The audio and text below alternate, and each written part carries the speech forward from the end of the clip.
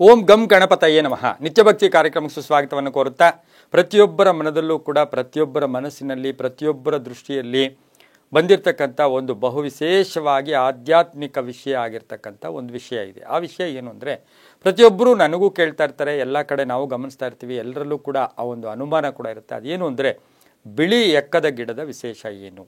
ಹಾಗೆ ಬಿಳಿ ಎಕ್ಕದ ಗಿಡ ನಮ್ಮ ಮನೆಯ ಅಂಗಳದಲ್ಲಿ ಬೆಳೆದಿದೆ, ಅಥವಾ ನಮ್ಮ ಮನೆಯ ಕಾಂಪೌಂಡಲ್ಲಿ ಬಿಳಿ ಎಕ್ಕದ ಗಿಡ ಬೆಳೆದಿದೆ, ಅಥವಾ ಎಲ್ಲೋ ಒಂದು ಕಡೆ ನಮ್ಮ ಹೊಲದಲ್ಲಿ ಬಿಳಿ ಎಕ್ಕದ ಗಿಡ ಇದೆ, ಅಥವಾ ನಮ್ಮ ಮನೆಯ ಮೇಲೆ ಕೂಡ ಎಲ್ಲೋ ಒಂದು ಕಡೆ ಸಡನ್ನಾಗಿ ಬಿಳಿಯ ಎಕ್ಕದ ಗಿಡ ಬಂದುಬಿಟ್ಟಿದೆ. ಇದನ್ನು ಏನು ಮಾಡಬೇಕು?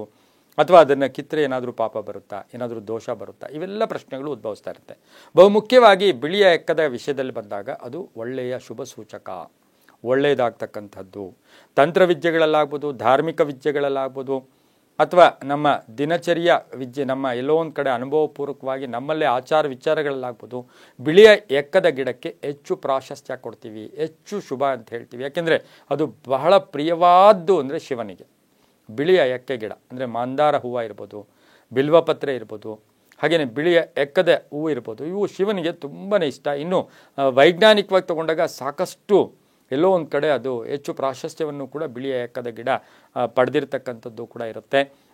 ಅದಕ್ಕೆ ಹೆಚ್ಚು ಒಂದು ಮಹತ್ವ ಕೂಡ ವೈಜ್ಞಾನಿಕವಾಗಿ ನಾವು ಕೊಡ್ಬೋದು.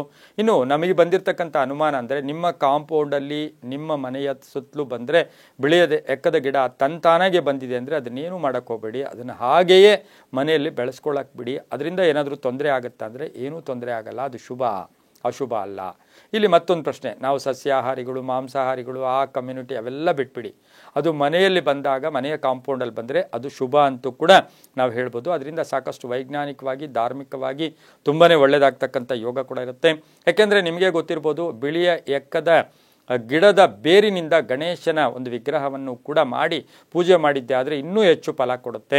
ಹಾಗೆಯೇ ಬಿಳಿಯ ಎಕ್ಕದ ಗಿಡ ಅಥವಾ ನಿಮ್ಮ ಮನೆಯ ಸುತ್ತಲೂ ಇದ್ದಿದ್ದೆ ಆದರೆ ಅದನ್ನು ಮುಟ್ಟಿ ನಮಸ್ಕಾರ ಮಾಡಿಕೊಂಡು ಅದರ ಒಂದು ಹೂವನ್ನು ಜೋಬಲ್ಲಿ ಹಾಕ್ಕೊಂಡು ಪ್ರಯಾಣ ಹೊರಟಾಗ ಶುಭ ಆಗುತ್ತೆ. ಇನ್ನು ವಾಹನದಲ್ಲಿ ಅದರ ಬಿಳಿಯ ಎಕ್ಕದ ಗಿಡದ ಆ ಒಂದು 3 ದಳ ಅಂದರೆ ಹೂಗಳ 3 ದಳಗಳನ್ನು ತಗೊಂಡು ಇಟ್ಕೊಂಡಿದ್ದೆ ಆದರೆ ಶುಭ ಆಗ್ತಕ್ಕಂಥದ್ದು. ಇನ್ನು ಬಿಳಿಯ ಎಕ್ಕದ ಗಿಡೆಯನ್ನು ಮುಟ್ಟಿದ ತಕ್ಷಣ ನೀವು ಹೇಳಬೇಕಾಗಿರೋದು ಓಂ ವಕ್ರತುಂಡಾಯ ನಮಃ ಈ ಮಂತ್ರವನ್ನು ಅಲ್ಲಿ 11 ಬಾರಿ ಹೇಳಿಬಿಟ್ಟಿದ್ದೆ ಆದರೆ ನಿಮ್ಮ ಸಂಕಲ್ಪಗಳೆಲ್ಲವೂ ಕೂಡ ಈಡೇರ್ತಕ್ಕಂಥದ್ದಾಗಿರುತ್ತೆ.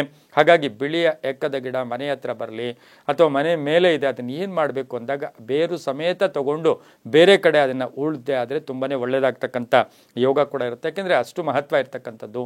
ಬಿಳಿಯ ಎಕ್ಕದ ಗಿಡದ ಬೇರಿನ ಒಂದು ಭಸ್ಮ ತುಂಬ ಪವರ್ಫುಲ್. ಬಿಳಿಯ ಎಕ್ಕದ ಗಿಡದ ಬೇರಿನ ತಿಲಕ ತುಂಬಾ ಒಳ್ಳೆಯದು. ಹಾಗಾಗಿ ಇದನ್ನೆಲ್ಲವನ್ನು ಗಮನಿಸಿ ನಾವು ನೋಡೋಕ್ಕೆ ಹೋದಾಗ ಪ್ರಯಾಣದಿಂದ ಬರ್ತಕ್ಕಂಥ ಕಂಟಕಗಳು, ರೋಗ ರುಜಿನಗಳಾಗ್ಬೋದು, ಅಥವಾ ಯಾರಾದರೂ ಮಾಟ ಮಂತ್ರ ಮಾಡಿಸಿದ್ದೆ ಆದರೆ ಇವೆಲ್ಲಕ್ಕೂ ಕೂಡ ರಾಮಬಾಣ ಅಂತ ನಾವೇನು ಕರಿತೀವಿ ಅದು ಬಿಳಿಯ ಎಕ್ಕದ ಗಿಡ ಕೂಡ ಆಗಿರುತ್ತೆ.